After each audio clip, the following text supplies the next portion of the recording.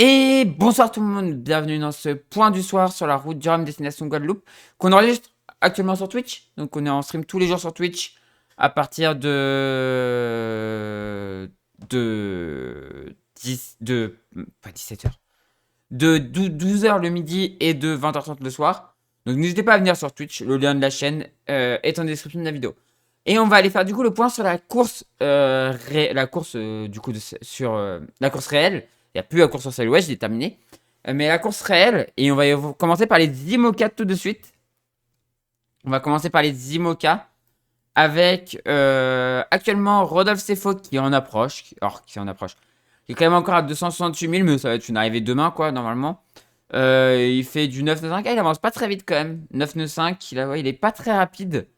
Donc ouais, encore 24 heures en vrai, hein. S'il fait du 10 nœuds, 10 nœuds, tu fais à peu près, j'arrondis, mais tu fais un peu à peu près, si tu fais du 10 nœuds de moyenne, tu fais du 200 000 par jour, un peu plus de 200 000, tu fais du 240 000 par jour, et il est actuellement à 268 000. Donc un peu plus de 24 heures. S'il fait du 10 nœuds, un peu plus de dans 24 heures, il y sera.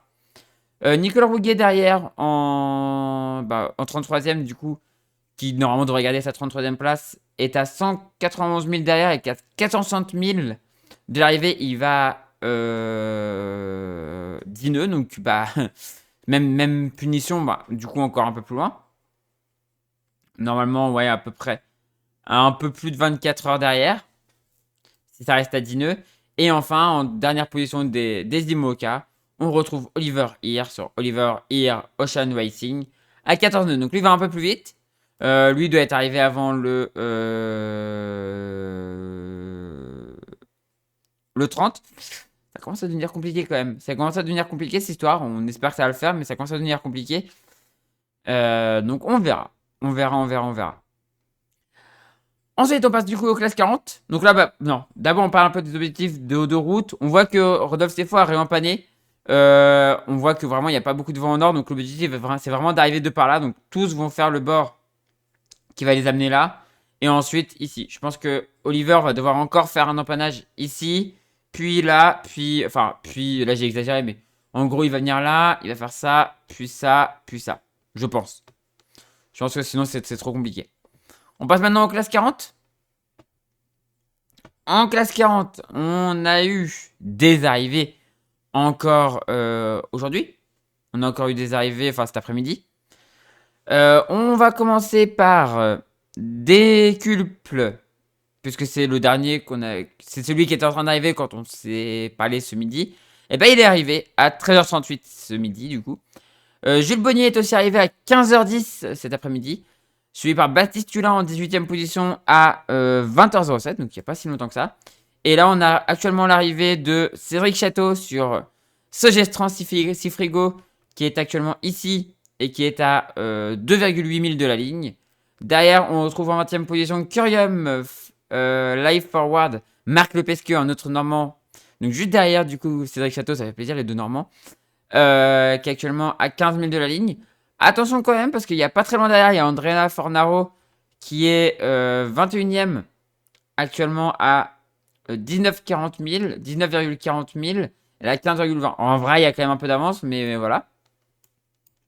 Et ensuite, on a un bateau qui commence le tour de la Guadeloupe. C'est Jean-Baptiste Daramy, Chocolat Paris, Screb, qui commence le tour de la Guadeloupe. Qui n'a pas encore passé la tête à l'anglais, donc qui n'est pas encore sous le vent de l'île. Mais ça va pas tarder. Donc ça va être une arrivée cette nuit. Et derrière, on retrouve le petit duo, alors un peu distancé, il y a un peu de distance quand même, c'est entre Didier Levourc et Kyrian Leborgne en 23e et 24e position. Ils sont actuellement pour Didier Levourc à 178 000 de l'arrivée. Donc une arrivée qui devrait avoir lieu demain, normalement. Et derrière, on retrouve un petit groupe super serré, emmené par Stan Turé sur Everial, qui est un petit peu mieux calé que Greg Léonard sur Kite, oui. Mais qui a la bataille aussi avec Pierre Cazenave-Perret sur Le Galet, à la bataille à son tour avec Mathieu Claveau, Wissa Claveau sur Prendre la mer, agir pour la forêt. Derrière, on a donc, et tout ça, ça commence ça a empanné, ça remonte vers la line pour aller en Guadeloupe. Donc ça rempannera quand ça sera par ici pour ensuite pour aller ensuite sur la tête à l'anglais.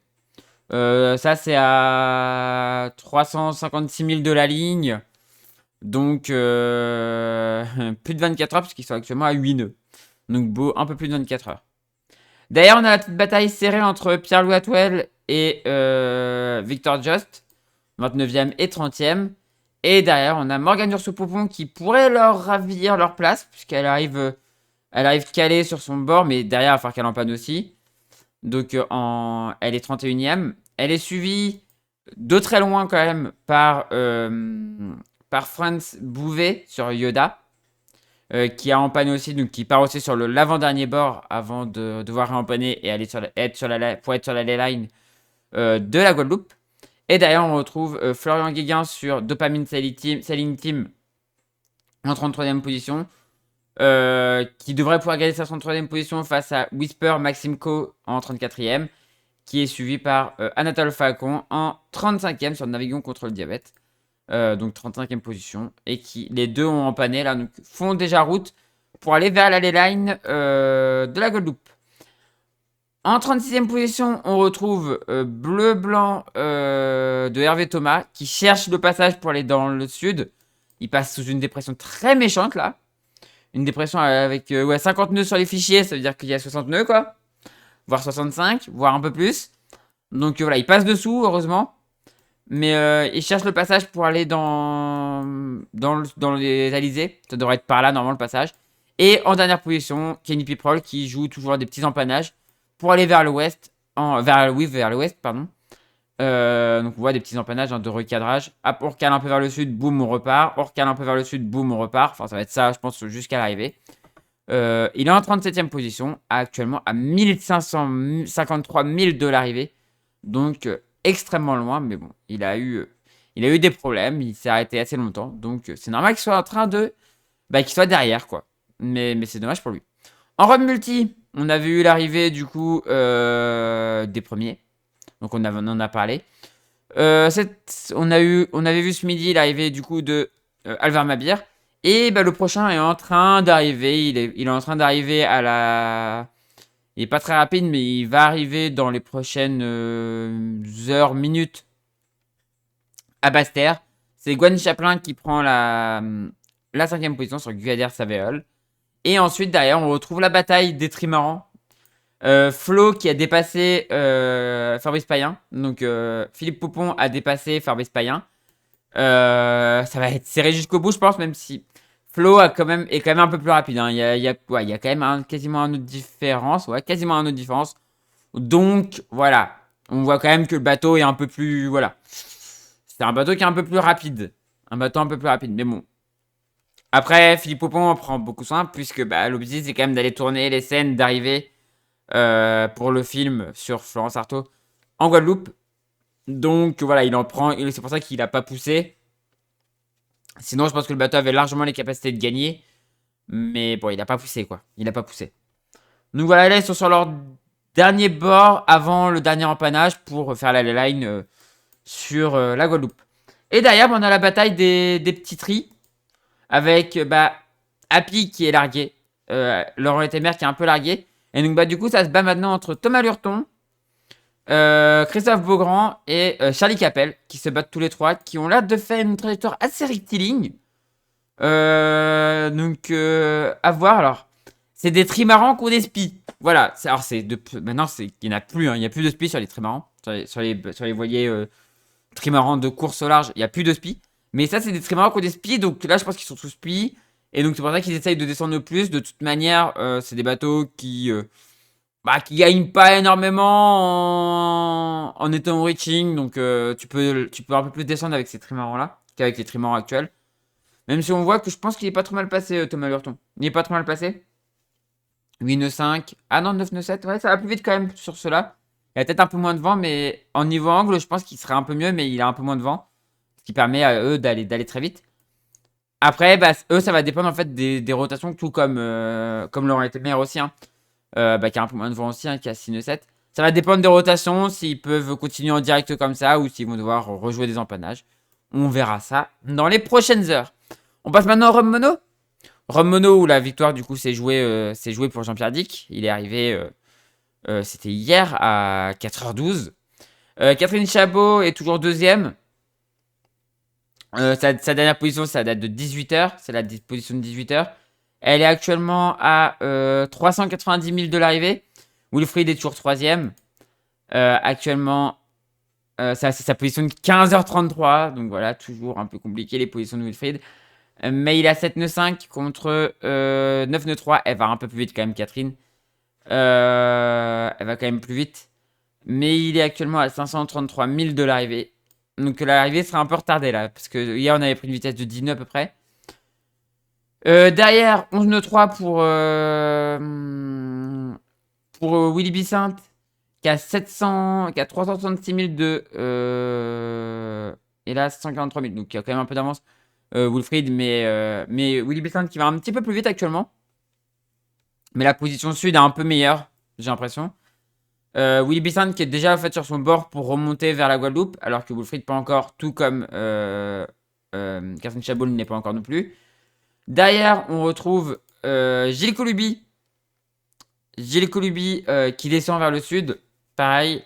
Qui normalement est cinquième, normalement à la bataille avec Elora, Olivier Mengern, mais qui n'est pas localisé. Mais normalement, il a la bataille avec lui. Et level up pour Mathis, Tour du Mondiste, 3ème, level 152. Bravo à toi pour ton level up.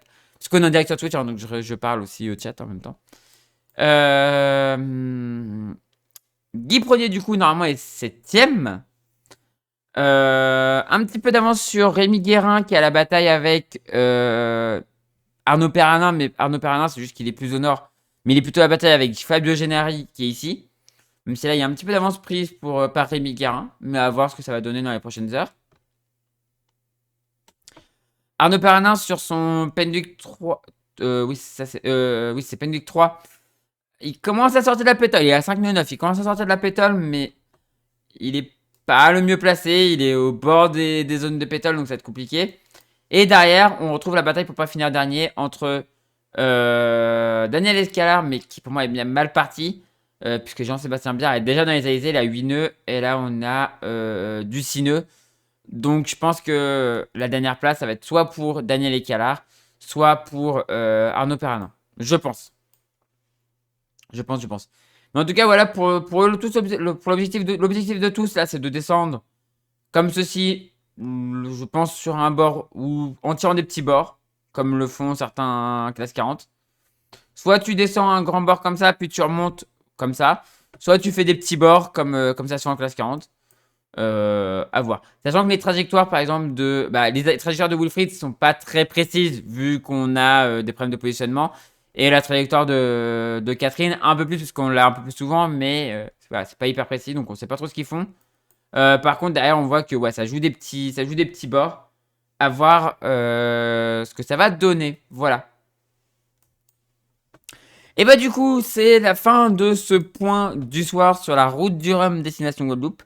J'espère que ça vous a plu. Si ça vous a plu, on fait briller le pouce en l'air, n'hésitez pas à commenter et à partager. Et si vous n'êtes toujours pas abonné à la chaîne, n'hésitez pas à vous abonner pour ne rater des prochaines vidéos. Et du coup, moi, je vous dis à la prochaine à demain pour le prochain point, à midi, ou à 20h30, voilà. Je vous fais des bisous et je vous dis à la prochaine. Allez, tchuss!